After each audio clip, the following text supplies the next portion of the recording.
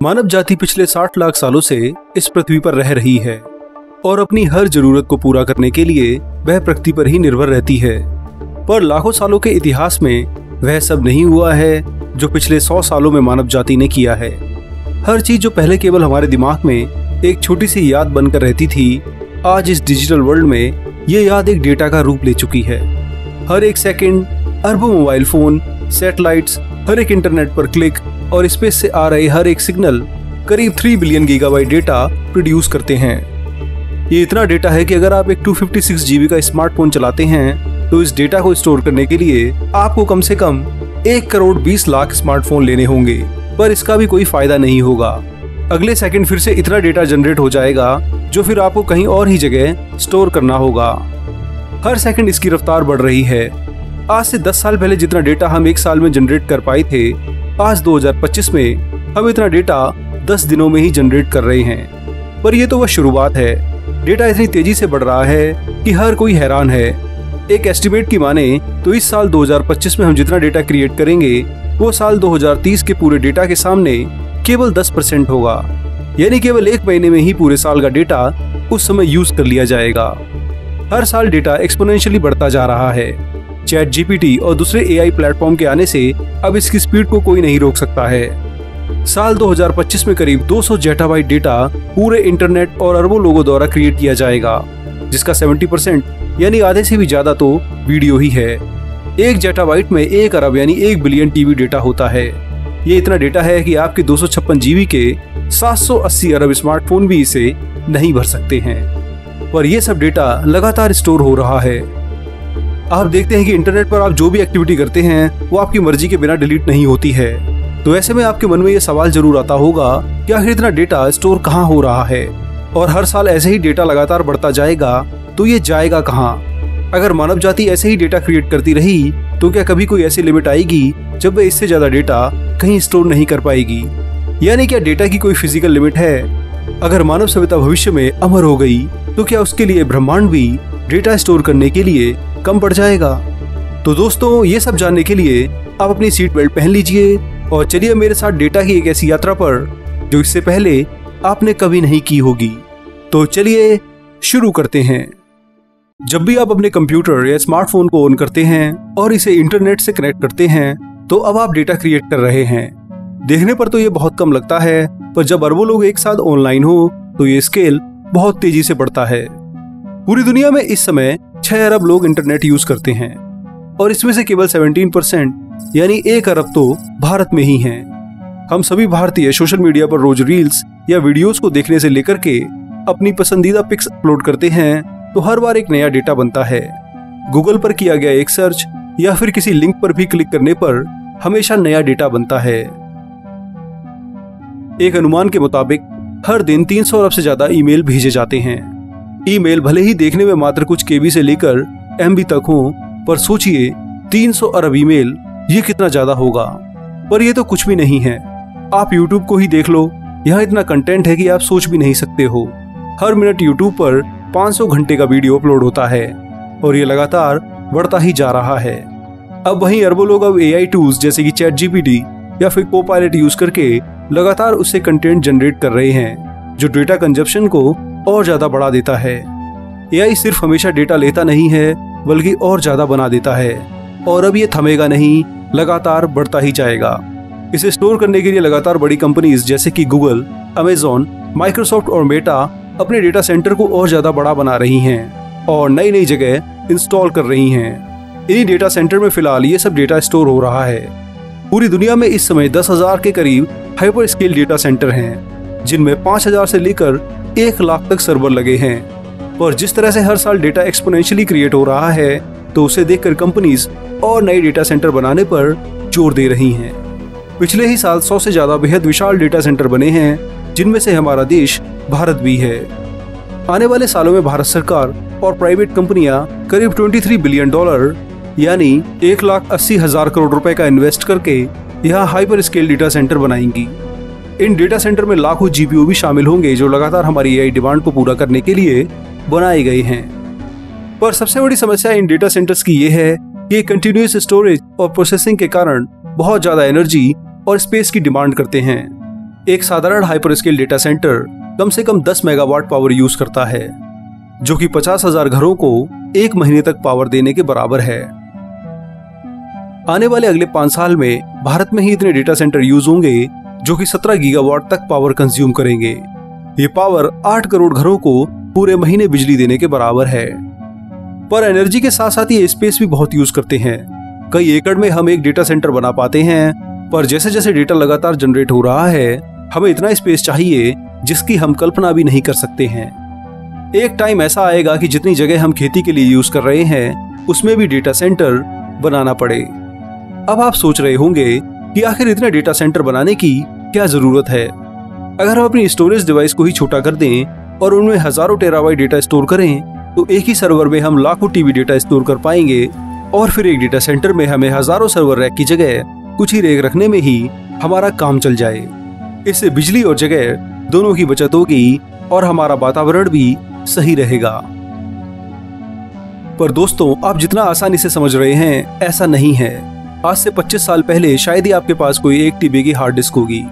सबसे ज्यादा लोग 128 जीबी और 256 जीबी तक यूज करते थे। मैं खुद 256 जीबी की हार्ड ड्राइव साल 2008 में यूज करता था। पर डेटा स्टोर करने का यह तरीका काफी महंगा था। एक तो ये ज्यादा जगह घेरता था और दूसरा हार्ड डिस्क काफी स्लो होते थे। इन 3.5 इंच की मैग्नेटिक डिस्क में डेटा बाइनरी फॉर्म में स्टोर होता है। पर अगर हम इस डेटा को और डेंसली पैक करें, यानी कम जगह में और बिट्स इंसर्ट कर पाएं, तो इनकी स्टोरेज कैपेसिटी आराम से बढ़ जाएगी। इसलिए आप आज सेम साइज में 8 टीबी तक की हार्ड डिस्क को देख सकते हो। पर इससे और आगे बढ़ा जाए तो अब सॉफ्ट कैप लागू हो जाती है, यानी वो लिमिट जिसके आगे डेटा मैग्नेटिक इंटरफेरेंस और छोटी सी भी फ्लक्चुएशन से करप्ट तक हो सकता है। डेटा की छोटी बिट्स अपनी पोलैरिटी चेंज करके पूरा डेटा ही करप्ट कर सकती हैं। पर हार्ड डिस्क के अलावा भी कई तरह के स्टोरेज डिवाइस हैं जो कि मैग्नेटिक की जगह इलेक्ट्रिक चार्ज के आधार पर डेटा स्टोर करते हैं। इसे फ्लैश मेमोरी कहा जाता है, जैसे कि आपका यूएसबी ड्राइव। हालांकि इसकी भी एक सॉफ्ट कैप है। जैसे ही इसमें मौजूद ट्रांजिस्टर सेल को डेटा के लिए और छोटा करो तो फिर 20 नैनोमीटर पर आकर के इसमें भी इलेक्ट्रिकल इंटरफेरेंस के कारण डेटा भयानक तरह से करप्ट हो जाता है। ऐसा लगता है कि ये हमारी आखिरी लिमिट है। पर इंजीनियर्स ने इससे बचने के लिए भी एक टेक्निक खोजी। अब इन ट्रांजिस्टर सेल को उन्होंने हॉरिजॉन्टली बढ़ाने की जगह वर्टिकली स्टैक कर दिया। आप ऐसे समझिए कि पहले जहां आप एक छोटी सी जगह पर रहते थे, अब आपने उसी जगह पर 50 मंजिल का मकान बना लिया। अब आपके पास 50 कमरे हो गए जहां आप बहुत कुछ स्टोर कर सकते हो। इसी तरह से इस फ्लैश मेमोरी को 3D NAND फ्लैश कहते हैं, जो कि आपके कंप्यूटर में लगी SSD और स्मार्टफोन की स्टोरेज मेमोरी में होता है। अब इसकी मदद से हम बेहद छोटी सी जगह पर इतना डेटा स्टोर कर सकते हैं जो आप सोच नहीं सकते। पर इसकी भी बहुत दिक्कतें हैं। 5 साल के बाद इसमें डेटा स्टोर करने के लिए बहुत दिक्कतें आती हैं। इलेक्ट्रिकल इंटरफेरेंस के कारण पूरा डेटा खत्म तक हो सकता है। इस वजह से आपको इसका बैकअप बनाना पड़ेगा।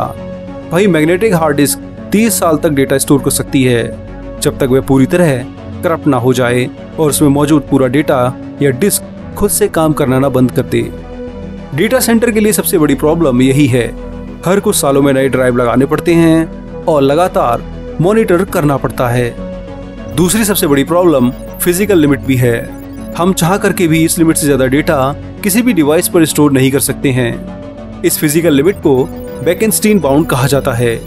यह हमें बताती है कि स्पेस में किसी रीजन में कितना मैक्सिमम डेटा स्टोर किया जा सकता है। तो इस लिमिट के मुताबिक 1 सेंटीमीटर क्यूब के अंदर हम कम से कम 10⁻66 बिट्स डेटा स्टोर कर सकते हैं।